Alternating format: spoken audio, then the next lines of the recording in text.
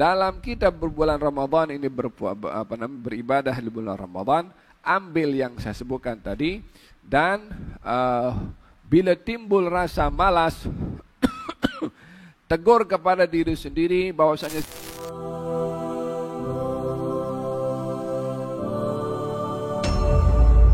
ada sudah terkumpul pertanyaan enggak? Belum? Ada banyak enggak? 4 pertanyaan. Oke, ambil pertanyaan dulu. Bismillah, baca dulu. Bismillahirrahmanirrahim. Soalan pertama, bagaimana nak istiqamah beribadat dalam bulan puasa? Contohnya bila puasa 15 hari pertama semangat solat tarawih, tapi bila dah 10 hari terakhir dah malas tak solat tarawih. Pada 10 hari terakhir itu lebih baik untuk beribadat tarawih, qiyamul lail dan sebagainya. Naam. Istiqamah ini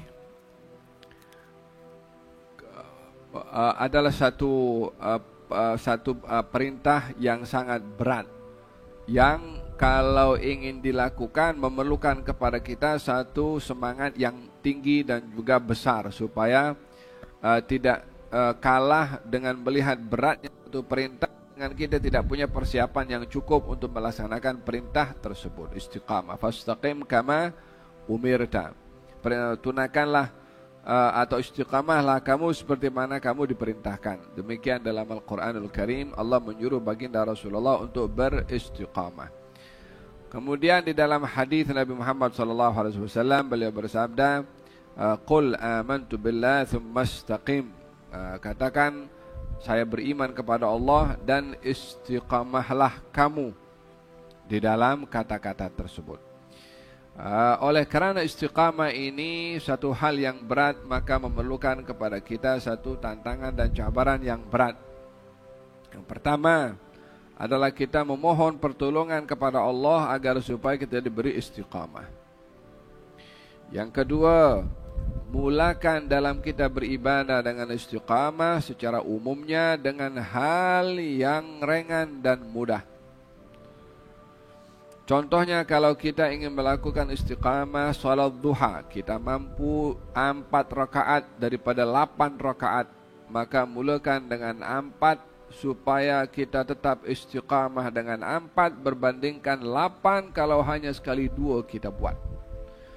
Kita ingin istiqamah baca Quran, kita tak mampu membaca, bagi orang yang mungkin lancar bacaannya, mungkin tak boleh membaca satu hari 2 juzuk, dia mampu 1 juzuk. Atau orang yang lambat slow bacaannya, mampu hanya setengah juzuk satu hari, dia mampunya di situ, maka jangan paksakan lebih daripada itu. Mulakan dengan yang paling ringan sampailah benda itu menjadi sebati, menjadi dah terbiasa. Barulah setelah itu tambahkan lagi, dan begitu seterusnya untuk kita meraih istiqamah dalam ibadah. Baginda Rasulullah bersabda, ahabbul amal ilallahi adwamuha wa in qalla. Amal yang paling disenangi oleh Allah adalah amal yang berterusan, istiqamah, walaupun sedikit, mulakan dengan yang sedikit. Salah satu maknanya mulakan dengan yang sedikit untuk istiqamah berbandingkan banyak namun tidak dapat istiqamah. Walihada ada seorang sahabat Nabi SAW, dia banyak melakukan ibadah di waktu malam sampai pada akhirnya dia meninggalkan karena terlalu berat. Nabi bersabda, kamu jangan jadi seperti si fulan, dahulu dia bangun malam, tapi sekarang dia dah tinggalkan bangun malam tu.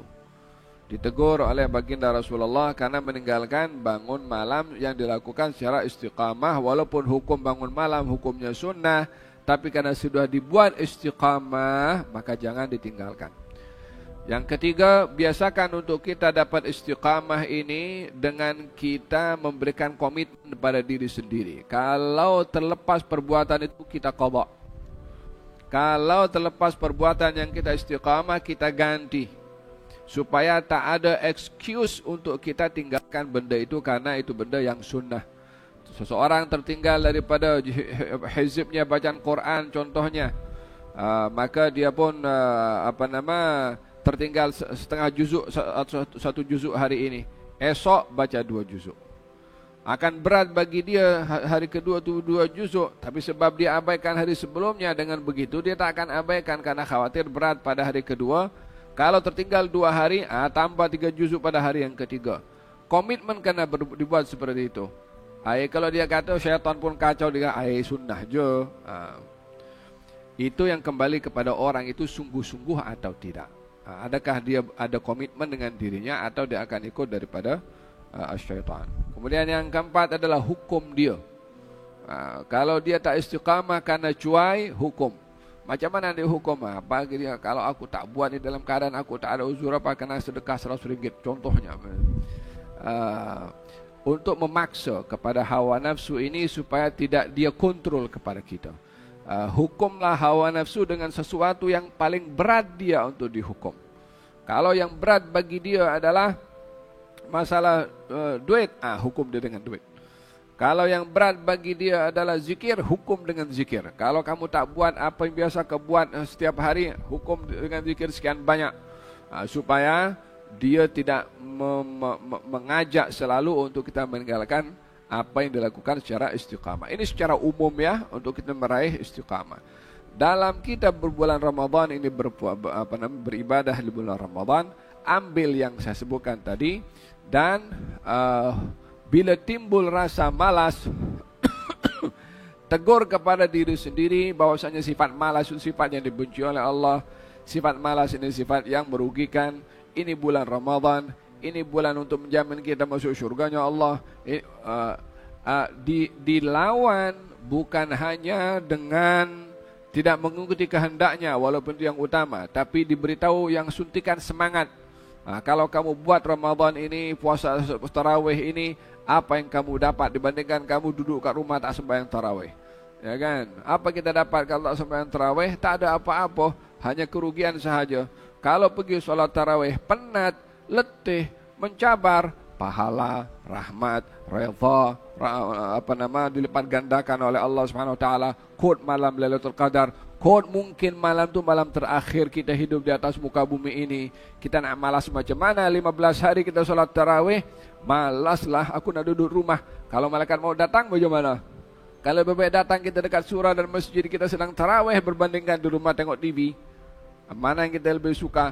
Tanamkan rasa takut kepada kita punya diri sendiri akan hal yang sedemikian, maka kita akan tetap kembali beribadah walaupun dalam keadaan berat ataupun malas. Lebih baik daripada kita penuhi kehendak hawa nafsu untuk duduk di rumah tanpa beribadah kepada Allah. Bayangkan ajal tiba pada saat itu, maka dia akan tergerak pun untuk melakukan yang lebih memberikan manfaat berbandingkan kepada memenuhi sifat malasnya.